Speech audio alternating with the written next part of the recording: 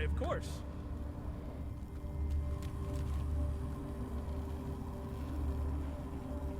Okay, so we've got Fine. another Anine. Hello, are you biting your people too?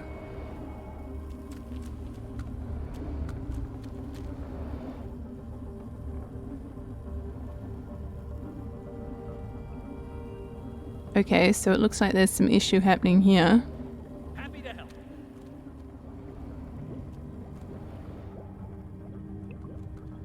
Whatever these are, so the old slave block, the Churgeon slump. Oh hey, All right. got many things to interact with. Walks without fear. Well, that's nice. This is a face. The Shrine of Sheila. I'm ready. I'm always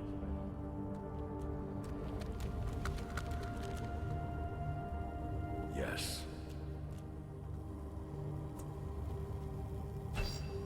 Ah, Little Nylish. Okay. Happy to help. This is an interesting looking place. Someone's yelling at me because they need my help. Okay, so...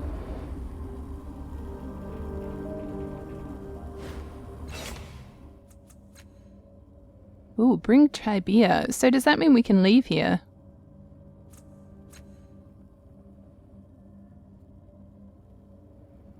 Yeah, okay. Twice the trouble. So, I mean, we could go to Lil Nylesh. That's kind of the only place I found that has been mentioned so far. Oh, but this is also talking about the caravan route. Part of me thinks that might be related to this mess because we've got the caravans and people wanting to pass. So we might have to do something here.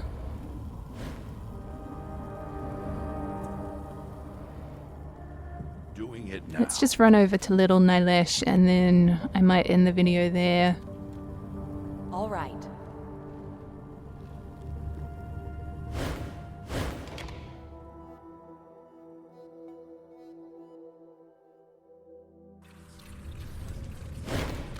Oh, of course. As you enter the slum, you nearly crash into a small confrontation. 5 mutants surround 3 guards dressed in the distinctive garb of the Memoviras enforcers. Before you hear them say a word, you already know the mood here is ugly, and it's likely to turn into violence soon. A mutant who looks like his face is full of spores or insect eggs leans towards a disgusted, terrified human and says, "You're leaving a trail of fear. Who'd pay you for protection?" We're done with the Memivira. She's out. One of the other guards, less phased, pushes the mutant back. It ain't fear, it's the spit you're spraying when you talk. Why don't you go hatch your eggs by burying your face in a pillow? Real people are conducting business here. A second mutant, one who'd been observing the fracas, noticeably bristles thorns literally emerging from his arms, shoulders, and face, and he pushes forward. Every damned one of you looks the same. 2 arms, 2 legs, no surprises. You want to collect our money? I'll make you eat it, and your friends can collect it from your rotting corpse. The mutant punctuates each sentence with an increasingly vicious stab of its finger. You can feel a bloody tide rising, and if you wish to intervene, the clock is winding down. Well...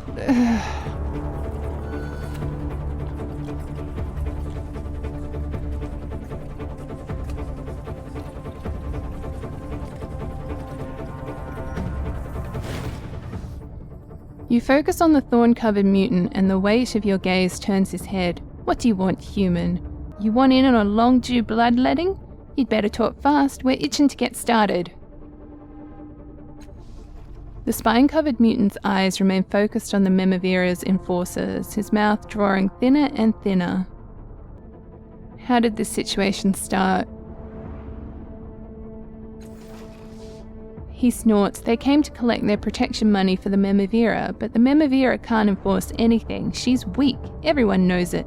Look at these poor specimens. They can't even protect themselves. Skepticism and mistrust mar the mutants' already unpleasant faces. They don't know or trust you.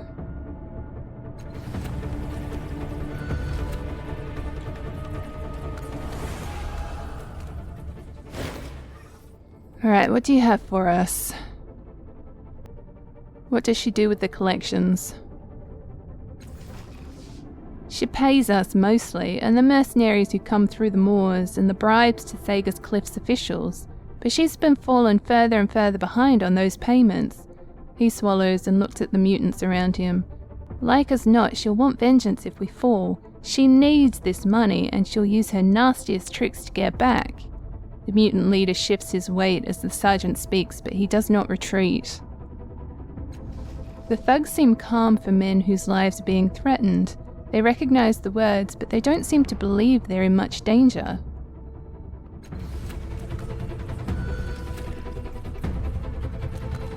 Look out, villains! Trouble coming your way. Okay, so we're gonna urge the mutants to keep the patrol alive. Good job, Allegan. The mutant's leader looks at his fellows and back at you, and he makes some calculations. We understand you want to stay on the Numenéra's good side, he replies, but this has to end. Unless you can think of another way, we've got to put them down before they steal the last shin in Little Nalesh. The eyes of the mutants no longer glower at you. Indeed, they almost seem intrigued.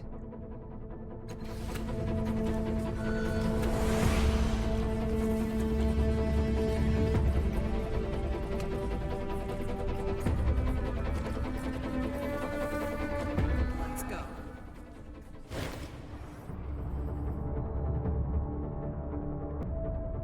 Ask how the Numenéra might retaliate. Either that or we're offering to pay, but I don't know if I have the money. The angry look in the mutant's leader's eyes fades. For the right price, maybe. You and your crew scrounge together what you can and we'll talk.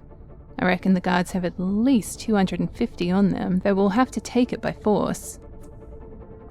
The mutant no longer looks at their thorny leader. They're watching you. They want to avoid violence.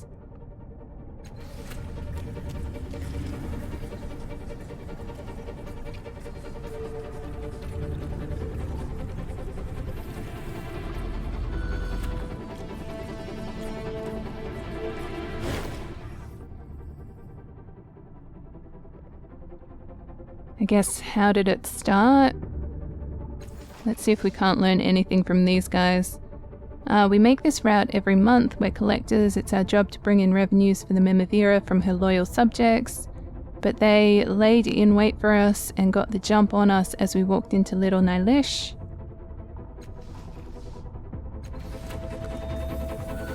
Okay, so I mean, there's 3 of us. Let's see if we can't do any more talking.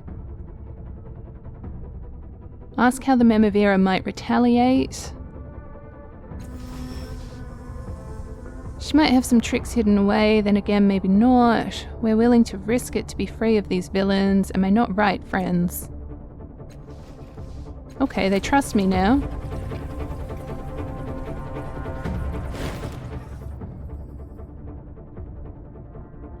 Okay, so I can't do anything else.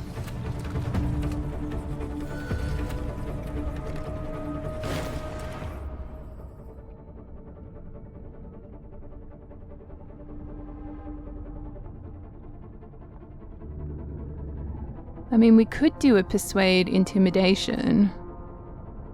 But then again, this is relying on, oh, I wish if I had have known. This will be relying on Allegan. I mean, she's got 8, so hold on. Maybe let's just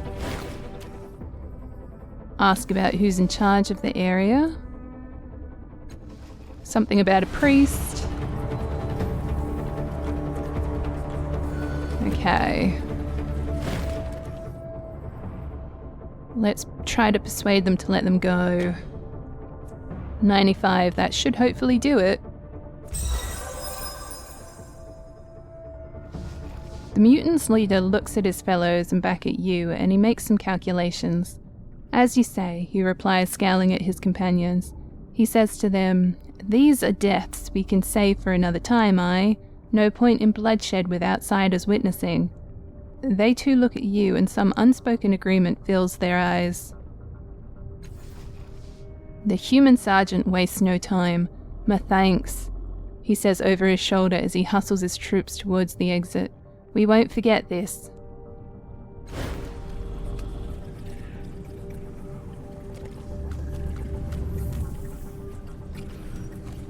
Well, at least we're doing good things for the world. Alright, well that was originally the end of that video recording, but I've had to kind of splice and dice a little bit some of these videos, so we're going to be picking it up from here, halfway through this video. Okay, so we've got a spherical tank to the vast interior to Cantina. Oh, okay, so that must connect to the first place that we came from, and that's a moor. Nice. But we needed to find some creatures that were here, didn't we?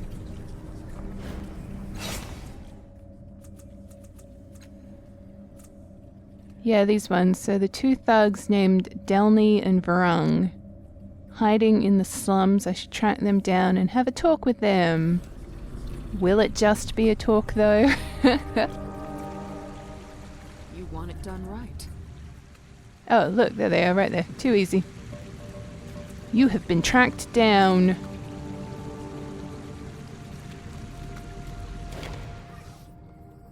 The slim girl is almost a mirror of the boy who stands next to her. They could be twins or clones, so close in the resemblance. You can see that her features are sharp, though shadows flit and play too quickly across her face to be sure of anything else. She slumps almost imperceptibly inside her cloak of darkness. As you open your mouth, her companion interposes himself. "Help!" I'll remember that. This sharp-faced young man reminds you of a great rodent, more prone to scampering and sidling than running or walking.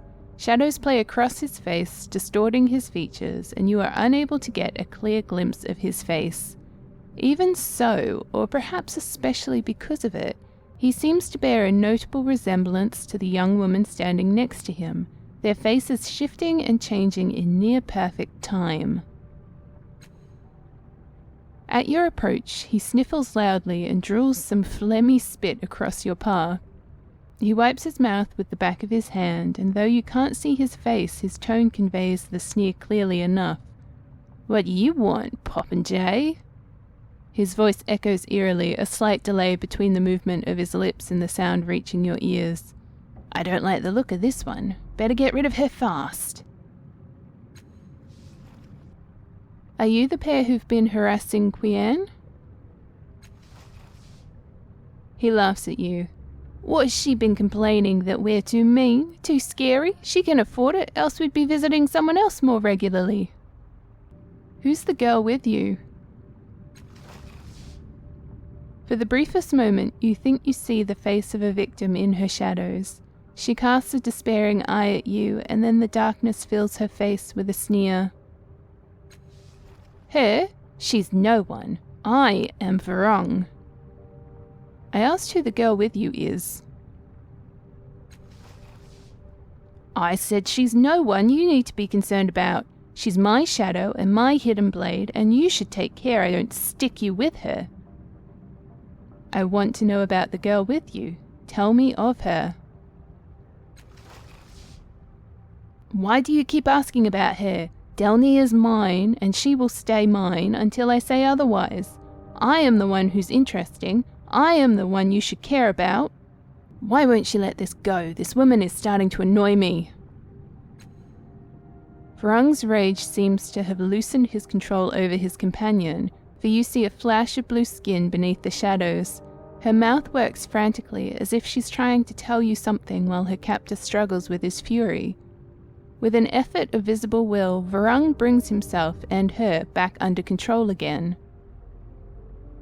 Why does the girl's face keep changing when you talk? Her? She's no one. I'm Varung. Oh, I think we're going, in a bit of a circle here. Yes, so we have read that. The psychic bond you have with Delny, remove it. He laughs, a shivering peal of mirthless joy that sounds like ice breaks the glass ringing. She's mine. She'll go on my word, not yours. Oh, bleeding heart. Well, she can't do nothing about it. If you don't let her go, I will teach you what suffering truly is. Alright, me with my might of nothing.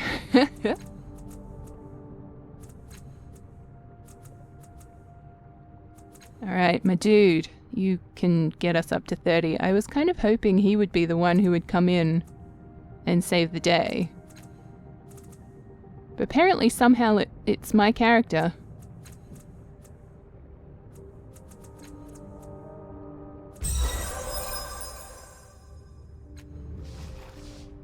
The young man opens his mouth for a sarcastic comeback, but realizes that you might be serious.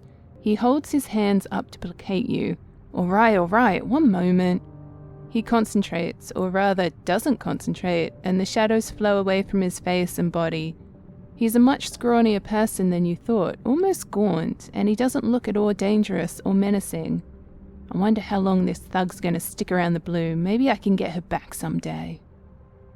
Making a note. He slinks towards the exit quickly and quietly, vanishing around the corner. Delny drops to the ground as he vanishes, and her body begins to tremble and shake. Am I free? Oh God, the pain. Make it stop. Yeah, I guess try to help her.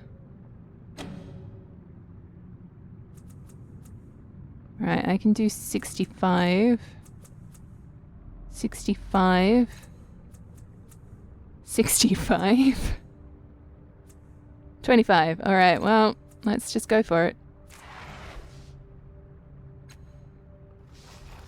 Alright, you don't seem to do any good. Her seizure goes on for minutes, her face contorting in an awful rictus. You watch helplessly as she writhes in agony. At last, the seizure passes, though you can't claim any credit for it. The shadows have peeled away, drifting into the air like poisonous smoke and revealing Delny's true form. Her skin is an iridescent blue and her hair is bright pink. She gasps. He's gone? He's out of my head too. And then crosses her face. Where did everyone go? It's so quiet in my head now. She shakes her head as if to clear it, and a small trickle of bluish blood runs from the corner of her mouth where she bit her tongue or lips. I don't know how to thank you. You must have questions. You've had quite a time of it. How are you feeling? Being free from Varung is like opening my eyes again. But there's another part of my mind that feels like it's asleep, and I don't know what happened. Could I have lost my powers? How did you fall in with Varung in the first place? He seemed dark and fascinating. The adults didn't want me to go near him, but he was like a mirror of what I wanted to be. Strong, mysterious, ambitious. I let him bend me and use my powers to make him more of what he wanted to be. And I didn't realize I was trapped until it was too late. Okay, farewell. You're welcome. So we've just saved her and also helped Qian. Too easy. Yes. Is there anything else of interest around here? We've got this, which was our spherical whatever. I mean, I guess technically we can just go back to Qian through this.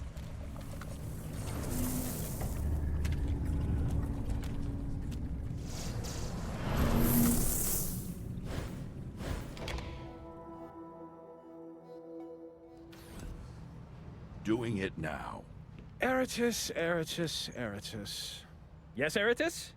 I was just thinking how wonderful it would be if there were 3 of us. Sorry, I'm just watching these ghostly figures.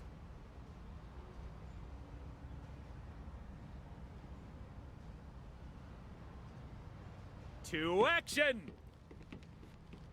If I steal from here, will I get in trouble? Is that a cloak? Nice. Whatever. It has been stolen.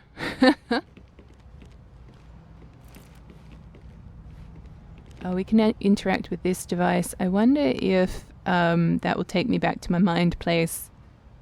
You know, if I touch it, Yes. I die or something. Yeah, da-da-da-da. Touch it. Oh, okay, no. So you raise your hand to touch the panel. Before you touch it, ghosts materialize around you, crowding you with their intangible presence, with their need. The nearly transparent Vigilant speaks.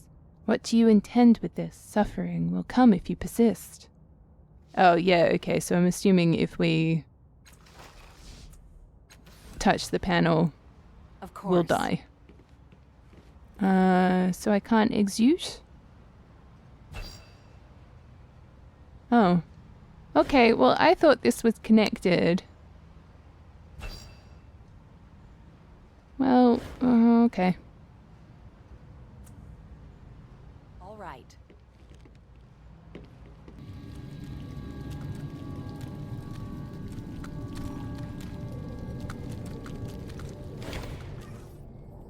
Qian raises her head in a businesslike manner, bellied only by her surroundings. You've returned. I don't suppose you've learned anything new about Delny and Varung. Delny won't be bothering you anymore and Varung is gone. For good, I hope. I'll remember that. Well, she says, the doubt in her voice clear. I certainly hope you're right. Regardless, you have done more than I ever could, and you have my gratitude. She produces a pouch from her pocket. Please accept this in thanks. If Varung is truly gone, I can afford a little excess. Also, you may feel free to sleep here anytime, no charge. I wonder what she could have done to Varung. I hope she remains amiable towards me. Nice. Well, I would like to sleep then. This is why you help people. Much better. That's the stuff. Alright, and she gave us something. What are these supposed to be?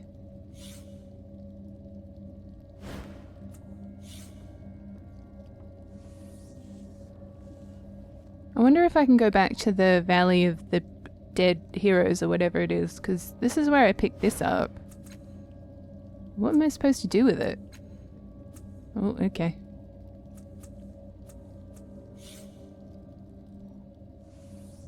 Anyways.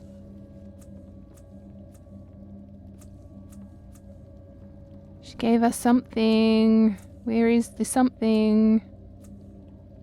Oh, this. Oh, well, I can sell it, I guess. Yay!